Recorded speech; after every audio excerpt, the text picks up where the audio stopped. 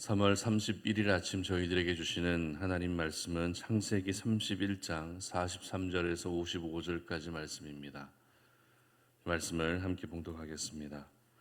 라반이 야곱에게 대답하여 이르되 딸들은 내 딸이요 자식들은 내 자식이요 양떼는 내 양떼요 네가 보는 것은 다 내 것이라. 내가 오늘 내 딸들과 그들이 낳은 자식들에게 무엇을 하겠느냐. 이제 오라. 나와 내가 언약을 맺고 그것으로 너와 나 사이에 증거를 삼을 것이니라.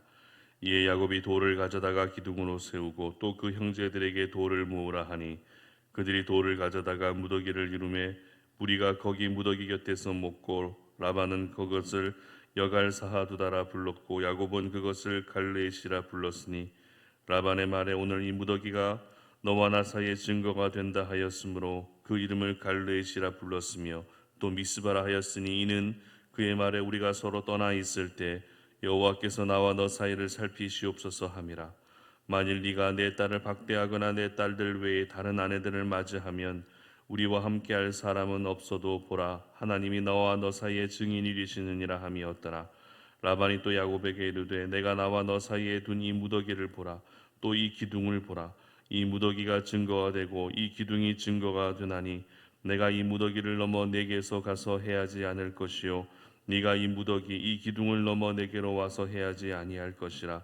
아브라함의 하나님 나홀의 하나님 그들의 조상의 하나님은 우리 사이에 판단하옵소서 하매 야곱이 그의 아버지 이삭이 경외하는 일을 가리켜 맹세하고 야곱이 또 산에서 제사를 드리고 형제들을 불러 떡을 먹이니 그들이 떡을 먹고 산에서 밤을 지내고 라반이 아침에 일찍 일어나 손자들과 딸들에게 입맞추며 그들에게 축복하고 떠나 고향으로 돌아갔더라. 아멘. 당신에게는 증거의 돌 무더기가 있는가라는 제목으로 말씀 전합니다. 유명한 맛집으로 소문난 가게를 가게 되면은 그곳을 방문한 연예인들의 사인과 그리고 사진이 벽에 많이 걸려져 있는 것을 볼 수 있습니다. 그만큼 유명 연예인들이 이 식당에 많이 다녀갔다라는 것을 홍보하고 또 알리기 위함이겠죠. 그런데 이렇게 사인과 사진을 남기는 더 중요한 이유가 있습니다. 그것이 무엇인가 하면 그 식당을 방문했다는 것을 기념하기 위함이라는 것입니다. 식당을 운영하는 사장님의 입장에서도 연예인이 방문한 것을 기념하기 위해서 그렇게 걸어 놓는다는 것입니다. 여러분, 기념한다는 것이 어떤 의미입니까?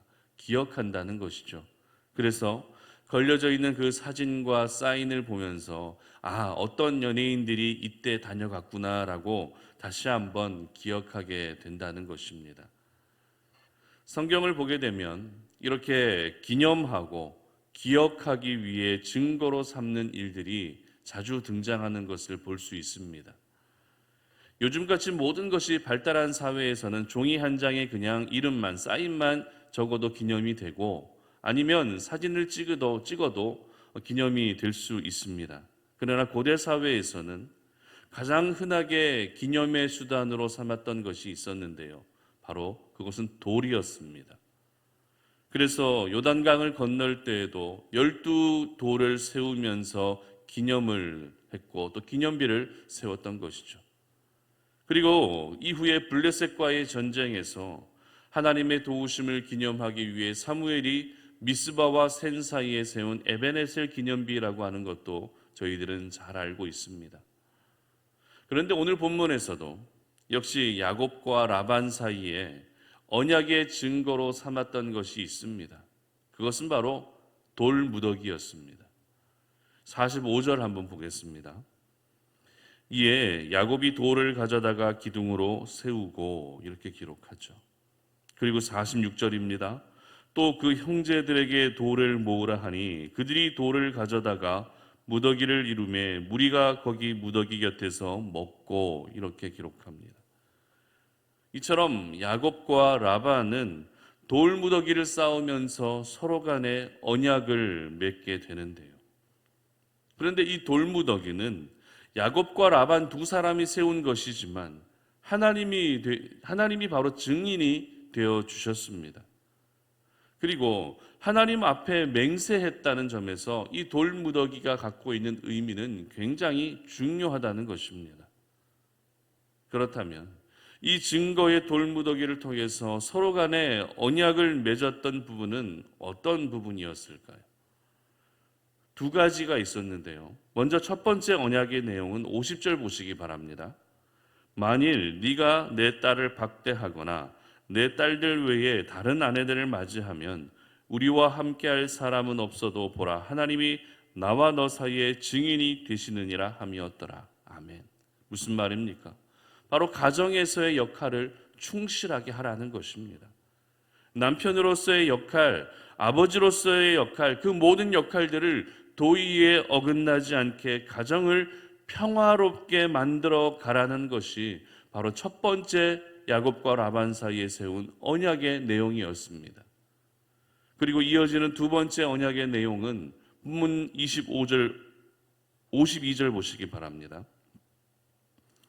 이 무더기가 증거가 되고 이 기둥이 증거가 되나니 내가 이 무더기를 넘어 내게로 가서 해하지 않을 것이요 네가 이 무더기 이 기둥을 넘어 내게로 와서 해하지 아니할 것이라. 지금 라반은 야곱이 점점 부해지고 있다는 것, 점점 강성해지고 있다는 것을 잘 알고 있었습니다. 그래서 이후에라도 과거에 야곱이 라반에게서 받았던 고통과 괴로움을 보복하기 위해서 공격해 오지 말라고 이렇게 먼저 야곱과 언약을 맺고 있었던 것입니다. 나도 너를 공격하지 않을 테니 너도 나를 공격해서는 안 된다라고 언약을 맺고 있는 것이죠. 두 번째 언약의 내용을 잘 보면 이 언약의 내용은 어찌 보면 라반을 위한, 라반 자신을 위한 언약처럼 보여집니다. 하지만 이 부분을 우리가 오늘 조금 더 깊이 묵상해 보게 되면 하나님의 사람들이 살아야 할 삶에 대한 부분이 바로 이 두 번째 언약의 내용의 핵심이라고 할 수 있습니다. 다시 말해서 하나님의 사람들은 이 땅 가운데에서 누군가로부터 고통을 당할 수도 있고 괴로움도 당할 수 있습니다. 억울한 상황에 놓여질 수도 있습니다. 그러나 결코 보복하는 삶을 살아서는 안 된다는 것입니다. 오히려 원수를 사랑하며 사는 것이 바로 하나님의 사람들이 살아야 할 삶의 모습이고 예수님의 가르침인 것이죠. 이처럼 증거의 돌무더기를 통해 맺은 두 가지 언약은 인간의 삶에 있어서 가장 기본적이지만 한편으로는 가장 잘 지켜지지 않는 부분에 해당되는 것이었습니다. 따라서 야곱은 이 증거의 돌무더기를 통해서 아직도 다듬어지지 않았던 자신의 모난 모습들을 조금씩 다듬어 갈 수 있었던 것이죠. 그렇기 때문에 오늘 이 증거의 돌무더기는 라반에게만 유익한 기념비가 결코 아니었습니다. 오히려 야곱에게 더 유익한 기념비가 이 증거의 돌무더기였던 것입니다. 이것을 통해 우리가 오늘 이 아침에 깨닫게 되는 것은 오늘도 우리 하나님은 저희들을 하나님이 원하시고 기뻐하시는 모습으로 끊임없이 다듬어 가시고 빚어 가신다는 것입니다. 우리의 연약한 모습들, 우리의 악한 모습들, 우리의 모난 모습들까지도 하나님이 원하시는 모습으로, 하나님이 쓰시기에 합당하신 모습으로 끊임없이 다듬어가고 또 빚어가시는 것이 바로 하나님께서 저희들을 위해서 하고 계시는 일이라는 것입니다. 주로 고통과 고난, 시련이라고 하는 시간을 통해서 저희들을 다듬어 가실 때가 많이 있지만 오늘 본문과 같이 증거의 돌무더기를 쌓게 하셔서 그 기념비를 바라보며 항상 자신의 모습을 돌아보게 하실 때도 있다는 것입니다. 그러므로 오늘 이 아침에 저희들은 과연 내 삶 가운데에는 오늘 이 증거의 돌무더기와 같은 기념비가 존재하고 있는가? 이 증거의 돌무더기와 같은 기념비가 잘 쌓아져 있는가 하는 것을 돌아볼 수 있어야 하는 것입니다. 그렇다면 증거의 돌무더기란 무엇일까요? 증거의 돌무더기. 오늘 라반과 야곱이 이 돌무더기를 쌓을 때 하나님께 맹세하며 쌓았다라고 하는 이 부분을 주목할 필요가 있습니다. 그리고 이 증거의 돌무더기를 쌓게 된 모든 과정을 다시 한번 저희들은 리마인드할 필요가 있는데요. 무슨 말인가 하면 증거의 돌무더기는 바로 하나님께서 베풀어 주신 은혜에서 시작되었다는 것입니다. 왜입니까? 바로 하나님께서 허락하신 가족들, 야곱에게 허락하신 그 가족들이 바로 하나님의 은혜의 산물이기 때문에 그렇습니다. 뿐만 아닙니다. 라반에게서 취하게 된 그 많은 재산들도 역시 하나님의 은혜의 결과이기 때문에 그렇습니다. 그러므로 하나님의 은혜를 기억하며 그 은혜를 출발점으로 이 증거의 돌무더기가 쌓아질 수 있었던 것입니다. 이와 같은 일들이 일어나지 않았다면 증거의 돌무더기는 쌓아질 필요가 없습니다. 그러나 하나님께서 허락하신 그 은혜들이 분명히 있었기 때문에 이렇게 증거의 돌무더기가 쌓아질 수 있었던 것입니다. 그러므로 내 삶에 증거의 돌무더기가 있느냐 없느냐, 이것은 바로 내가 하나님께서 베풀어 주신 그 은혜를 오늘도 기억하고 있느냐 아니면 기억하고 있지 않느냐, 이것으로 결정되는 것입니다. 하나님의 은혜를 기억하고 있는 사람은 모든 것이 은혜임을 알고 있기 때문에 자신의 가정에서도 최선을 다할 수밖에 없는 것입니다. 오늘도 하나님의 은혜를 잊지 않고 살아가는 사람은 인간적인 감정을 앞세워서 내 감정만을 앞세워서 복수하고 보복하는 삶을 살지 않는다는 것입니다. 그렇기 때문에 오늘도 저희들은 하나님의 은혜에 대해서 내가 어떻게 반응하고 있고 그 은혜를 어떻게 받아들이고 있는지가 그렇게 중요한 것입니다. 만약 야곱이 그 식솔들을 얻게 된 것이 내 힘으로 내 수고로 이루었다라고 생각했다면 어땠을까요? 그 많은 재산들을 내 노력으로 얻은 것이었다라고 그렇게 생각했다면 어땠을까요? 그러면 언약은 필요 없습니다. 언약을 파기하고 야곱은 제멋대로 인생을 살았을 것입니다. 하지만 야곱은 분명히 알고 있었습니다. 물론 지금까지 오는 데 있어서 자신이 수고한 부분도 있고 자신이 노력한 부분도 분명히 있지만 그 모든 것은 하나님의 은혜로 이루어진 일이었다는 것을 잘 알고 있었던 것입니다. 그래서 어제 본문에서도 우리가 살펴봤던 것처럼 그와 같은 귀한 고백을 할 수 있었던 것이죠. 다시 한번 그 고백을 보도록 하겠습니다. 31장 42절 말씀인데요, 제가 읽어드립니다.